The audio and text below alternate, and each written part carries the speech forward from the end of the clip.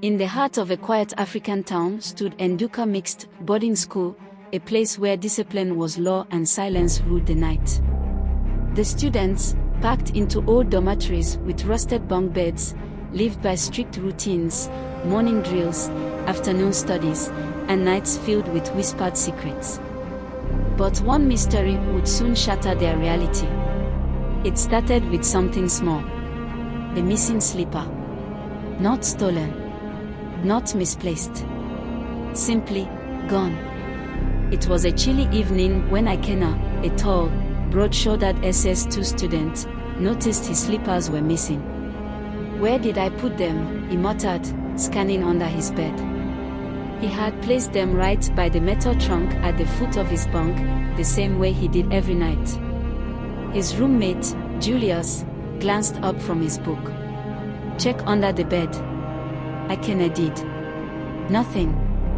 Frowning, he turned to the other boys in the dormitory. "Oya, who took my slippers?" The dorm was already buzzing with evening activities, some boys ironing uniforms, others polishing shoes, a few whispering about a fight that had happened behind the school kitchen. But when Ikena spoke, everyone went silent. Nobody answered. "I said, who took my slippers?" His voice boomed through the room. The boys exchanged nervous glances. Slippers got stolen sometimes, but never like this. Then, another voice called out, "My slippers are gone too." It was Chidi, a quiet JSS3 student. He stood barefoot by his locker, his face pale. A ripple of unease spread through the room. 2 missing slippers in one night. Julius stood up. "Check properly. Maybe you kicked them under someone else's bed." But as they searched, more voices rose in alarm. "Mine too. Where is my left slipper? My pair is missing." One by one, students discovered their slippers had vanished. A cold hush fell over the dormitory. Not a single stolen slipper was found. No footprints. No signs of a thief. Only bare feet, and unanswered. That night, the dormitory was restless. The missing slippers had left the boys uneasy, but no one wanted to say what was really on their minds. Was it a thief? A prank? Or something else entirely? As the lanterns dimmed and silence settled over the school, the real nightmare began. Because at exactly midnight, the oil lamps in the dormitory had long been extinguished, leaving only the glow of moonlight seeping through the broken window slats. Ikena lay awake, his mind refusing to rest. He wasn't alone.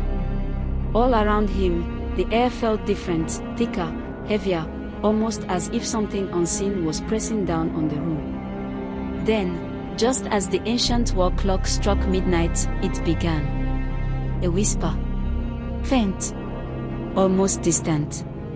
A girl's voice. "Where are my slippers?" Ikena's breath caught in his throat. A girl's voice. In an all-boys school. He turned his head slowly, his heartbeat hammering against his ribs. The room was completely still. Had he imagined it? Then, "Give them back." A shiver raced down his spine. This time, the voice was closer. Ikena shot up in bed, his eyes darting around the dark room. He wasn't the only one. Chidi, on the bottom bunk, had his blanket clutched up to his chin, his wide eyes filled with terror. "You heard it too," Ikena whispered. Chidi nodded slowly. Then, Julius bolted upright, gasping for breath. "Who just whispered?" Before anyone could answer, something moved at the far end of the dormitory. A shadow. It was barely visible in the darkness, but Ikena swore he saw something, a figure, standing near the row of lockers. Then it moved. Not walked. Glided. A wave of cold air swept through the dormitory, making every boy on the top bunks shiver violently. Then, just as suddenly as it started, the whisper stopped. The dorm fell into an eerie silence. Nobody spoke. Nobody moved. And somewhere, in the darkness, bare feet scraped softly against the floor. The whispers had stopped. But the terror had only just begun. In the heart of the night, as fear held every student captive in their beds, she appeared. The girl in orange. The one who was never supposed to be here. The dormitory remained silent, but no one dared to close their eyes. Ikena's fist clenched the edge of his thin mattress. His ears strained, listening, waiting. Then, a sound cut through the silence. A soft, dragging sound. Like bare feet scraping across the dusty floor. It started at the far end of the dormitory and moved closer. One by one, the boys held their breath. Julius's voice was barely a whisper. "Who is that?" No one answered. Because now, they could all see it. At the foot of the dormitory, just beyond the row of metal lockers, stood a girl. She was barefoot. She was wearing a bright orange dress, torn and dirty. And her skin was the color of dust. She stood unnaturally still, her head tilted slightly as if listening to something only she could hear. Ikena's chest felt tight. His body screamed at him to run, but he couldn't move. Then, the girl's head snapped toward them. Julius let out a strangled gasp. Her eyes were hollow. Black pits of nothingness. "Give them back." The whisper came from everywhere at once.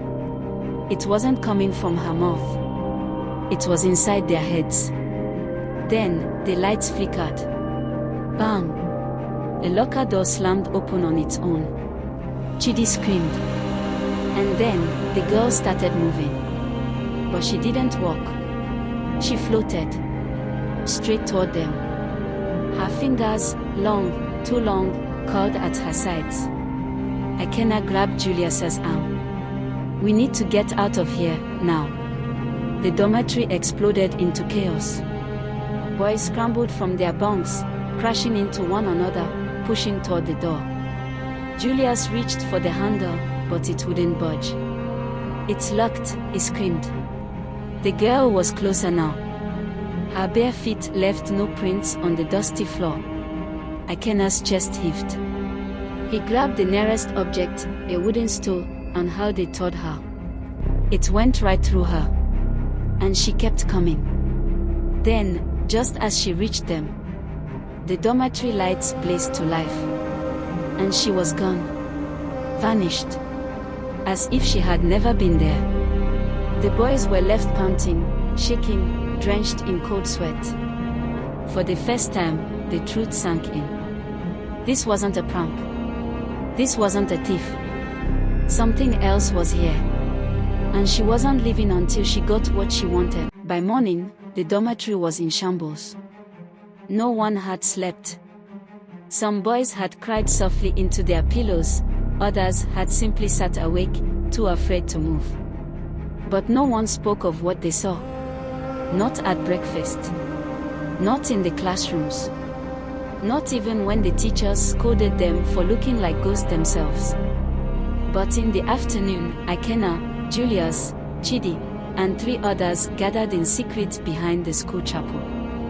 "We all saw her," Julius said, his voice still shaking. "She spoke to us." Chidi's voice was hoarse. Farouk, a skeptical SS3 student, folded his arms. "Ghosts don't exist. Maybe someone is playing games with us." Ikena shook his head.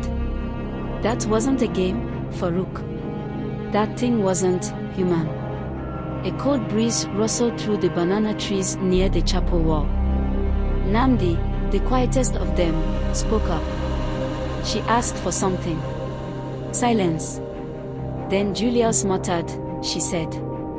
"Give them back." "Give what back?" Farouk scoffed. A long pause. Then Namdi whispered, "The slippers." The realization hit them all at once. "She's the reason they're disappearing," Ikene said. Chidi swallowed hard. "But why?" Farouk rubbed his temples. We don't know anything yet. Maybe she's not even real. Then, a voice cut through the air. She's real. The boys froze. Slowly, they turned toward the source. Standing in the shadows of the chapel door was an old cleaner. Her name was Madame Oduak, the school's longest-serving janitor. Her eyes, aged and sunken, held something none of them expected. Fear.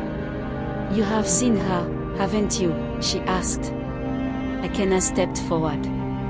You know who she is, don't you? Madame Oduak inhaled sharply. Not who? She hesitated. What? The air grew thick. The boys looked at one another. Tell us. Madame Oduak's lips trembled. It happened 3 years ago. A girl in an orange dress went missing in this school. But she didn't just disappear. She paused. She was killed. A sharp chill passed through the group. Killed? Chidi whispered. Madame Oduak nodded. Her eyes darkened. And the ones who killed her are still in this school. The afternoon sun was fading fast, casting long shadows over the schoolyard. Akena, Julius, Chidi, Namdi, and Farouk stood behind the old chapel, hearts pounding. If she was killed, Julius said, voice shaky, where's her body? Farouk rubbed his face. You think they buried her here? Akena stared at the overgrown patch of land behind the chapel. For years, the seniors had whispered that this part of the school was cursed. There's only one way to know. They grabbed rusty shovels from the janitor's shed and began to dig. At first, it was just dirt and stones. Then, something changed. The earth turned softer. Wet. Like something had decomposed here. A terrible smell rose from the hole.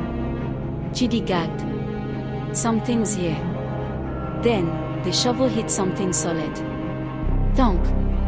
Silence. Julius hesitated, then reached down with his bare hands. He brushed away the dirt. And froze. Oh my God. Beneath the soil was a human skull. But that wasn't the worst part. It was wearing a single orange slipper. The boys stumbled back, shaking. Chidi whispered, it's her. Namdi gripped Akena's arm. We have to tell someone. But before they could move, a gust of wind howled through the air. The trees bent violently, as if something angry had awakened. The air turned ice cold. Then, a voice. Why did you take them? The boys whipped around.